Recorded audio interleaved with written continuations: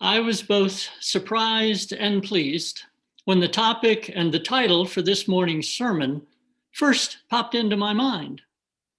I was surprised because coming up with sermon topics and titles is often a challenge for me. I was pleased because it seemed like my imagination had been exceptionally creative this time. As I began planning for today's service several days later, I realized just how challenging it was going to be to find a reading, a meditation, a story for all ages, and hymns that would relate to the topic I had selected. It was at that point that I began questioning how I could have made the decision to speak about imagination and delusion. I wondered if, at the time I made the decision, I was in the midst of a grandiose delusion. We will likely find out by the time this service is over. As I began reviewing possible options for the various elements of today's service, I was especially concerned about whether it would be possible to find a story for all ages. When Sandy found the story horse, I felt both relieved and delighted. As the story begins, it is clear that the two characters have considerable experience with the game of basketball. They also have a talent for engaging their imaginations regarding what is possible in the game. Not far into the story, it becomes obvious to all of us that the shots these two characters begin claiming they are going to take and make are beyond what is humanly possible.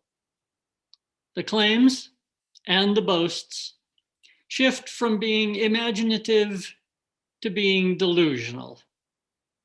My guess is that many, if not all of us, can recall a time in our lives when we made claims or boasts about what we could or had done that were imaginative at the least, and possibly moving into the delusional realm. Imagination and delusion have some important commonalities. Both relate to our ability to engage in complex thought that involves something which is not tangibly present in the moment. One definition of imagination is anything imagined, mental image, creation of mind, fancy. Delusion often refers to what a person believes. Since a belief is a creation of the mind, a delusion may be considered to be contained within the definition of imagination I just cited. If we think about the idea of imagination being a fancy, especially if that fancy is a foolish notion, which is another definition of imagination, then delusion and imagination are, at times, one and the same. But there is an important element in one definition of delusion that sets it apart from imagination. That element is the maintenance of a false, persistent belief in spite of evidence to the contrary. Over the course of the past several months, we have been witness to beliefs that fit the definitions of both imagination and delusion that I just mentioned. In spite of evidence to the contrary, many people in this country imagine and believe that the person who is currently our president did not win the election in November. Such beliefs led to a disputed presidential election and the violent takeover of the Capitol building by a mob of people intent on making their beliefs a reality. Sometimes we have a great deal of difficulty letting go of what we imagine or what we imagine to be true. As the announcement for today's service stated, the word imagination is often used to describe a positive attribute of a person, while delusion is generally used to refer to a negative attribute. But I would suggest it isn't that simple. I would suggest that each of these words and what they allude to have both positive and negative aspects. I would go a step further and propose that each of us have had experiences with both imagination and delusion. We might even have current day experiences with both. We use our imagination every day in making decisions about all manner of things. Because of that, it is probable that all of us can think of past or current instances where we engaged our imagination in both positive and negative ways. But when it comes to considering how we held or still hold a delusion, we might find it difficult to come up with an example, let alone a number of examples. I would ask you to think about some possible examples of delusions you held or hold. I will come back to this in a few minutes. I'm reasonably certain that all of us can think of ways that imagination can be used in an inappropriate or harmful manner. For example, when we engage our imagination in thinking about all of the worst that could happen regarding an upcoming situation, we may prevent ourselves from seeing the good things that might occur.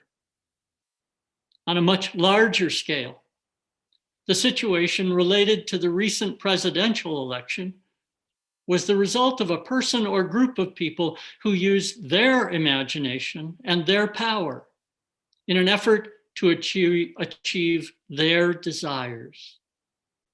Imagination, in this instance, would only be considered to be positive attribute by a select group of people, those who would achieve what they wanted to happen. For everyone else, this use of imagination would be viewed negatively. When we consider the word delusion, the definition I shared previously denotes a negative connotation. And our fourth UU principle speaks of a free and responsible search for truth and meaning. Holding a belief that is untrue, then, would be counter to that principle. Yet there may be beliefs that we hold and regularly act on, to which there is significant evidence to the contrary. Maybe you have, as I suggested earlier, thought of some delusions you have held or hold today. Then again, maybe you weren't able to think of any belief that might fit the definition of a delusion. So I would offer here some possible examples of delusions that are common. Until just recently, it is quite possible that many of us believed that our system of government was stable and secure. After all, our system of government has been around for more than 230 years. But the recent events related to the election, along with the attempts by foreign governments to influence the outcome of the 2016 election, demonstrated that our form of government is neither stable nor secure. Our form of government is resilient, but it is also fragile and vulnerable. Another example of a belief that may be considered a delusion has to do with land ownership. Many of us believe that it is possible to own land. Some of us could even show a property deed as a way to prove that their belief in the ability to own land is real. Therefore, it isn't a delusion. I would ask us to consider that owning property is something that is only as real as the number of people who believe such ownership is possible and real.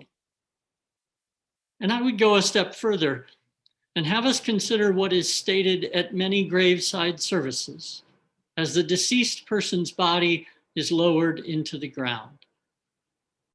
Earth to earth, ashes to ashes, dust to dust. If you think deeply and seriously about the idea of land ownership, you might arrive at the awareness that we don't own the land. The land owns us. We come from the land. We are nourished and sustained by the land. And in the end, the land reclaims us.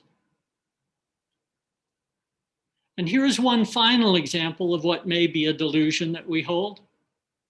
I say may be a delusion because this is a belief that I have and am unwilling or possibly unable to let go of yet. While studying to become a minister, I took a course on Buddhist sacred texts. It was in that course where I learned about a teaching of the Buddha that is often referred to as no self. In several of the sacred texts I studied, the Buddha encouraged his students to meditate on the concept of self. And in their meditation, he invited them to explore what the self is and where specifically the self resides. From my studies of these scriptures, it would seem that the Buddha was suggesting there is no self. In other words, the self is only an illusion. If that is true, then my belief about self is a delusion. I hope you are still hanging in there with me. From my many years of work in the mental health field, I know that looking at and questioning our beliefs is hard work. It is work that can be unsettling and upsetting to us. It is also important work. Work that is necessary if we're going to engage in a free and responsible search for truth and meaning.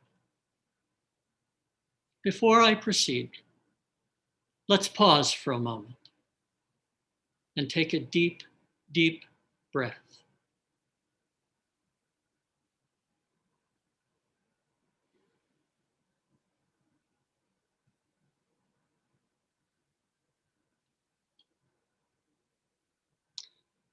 If you are still with me, I want to go to the next step. The next step is to have us consider that there may be areas where maintaining a false, persistent belief, in spite of evidence to the contrary, may have benefits. For example, anyone who possesses a property deed knows some of the benefits that come with the belief that it is possible to own land. There are many other examples of beliefs that might be worthy of maintaining, even though they fit the definition of delusion that I mentioned earlier. I offer here a few I have come up with. The preamble to the US Constitution states, "We hold these truths to be self-evident, that all men are created equal, that they are endowed by their Creator with certain unalienable rights, that among these are life, liberty, and the pursuit of happiness." It is clear to all of us that what is contained in this sentence is lofty and admirable. And yet it is also clear that what is stated here is not a reality in this country today, or even at any point in the past. It seems to me that the truths which this statement asserts to be self-evident are not commonly accepted or agreed to by many of this nation's citizens. I would assert that the recent attack on our Capitol building is evidence of what I'm saying here. But should the rest of us jettison the ideals contained in this statement because they are not and never have been a reality that our country has been able to fulfill? I hope not. For if we do, we will acquiesce to those who would turn our country and possibly the world into a place where the phrase survival of the fittest would in actuality be survival of the most powerful, the most controlling, and the most cruel. That is not a future I want to imagine, let alone be party to allowing. And then there is the golden rule. The golden rule is something that can be found in one fashion or another in many, if not all, of the major religions of the world. In Christianity, the golden rule is found in the Gospels of Matthew and Luke, where it is written, "Do unto others as you would have others do unto you." One Jewish version of the golden rule, as stated by Hillel the Elder, says, "What is hateful to you, do not do to your fellow man." There are multiple other ways that the golden rule can be expressed. Again, while this rule is admirable, I think we can all agree that it is definitely not the current reality in the world. If it was the current reality, the world would be dramatically different than it is today. Even though I recognize the golden rule isn't the current reality, I am going to continue to do my best to live by it. Finally, on the eve of Black History Month, I would have us consider something the Reverend Dr. Martin Luther King Jr. asserted in a speech he delivered at the National Cathedral on March 31st, 1968. In that speech, he said, "We shall overcome because the arc of the moral universe is long, but it bends toward justice." From my studies of history and from my observations over the past 4 years, I see ample evidence that could make a person question the veracity of King's assertion. In spite of the evidence, I continue to at least hold out the possibility that he was correct, that the moral arc of the universe does bend toward justice. If holding on to hope and holding on to ideals makes me delusional, well, then so be it. I still believe it is possible that someday we, as a human species, can live up to our potential, the potential that is written about in the preamble to the US Constitution, that is stated in the Golden Rule, and that is contained in King's assertion that the moral arc of the universe bends toward justice. If enough of us share delusions such as these and live as if each was true and fact, there might just be a day when they become a reality for all of us. So may it be.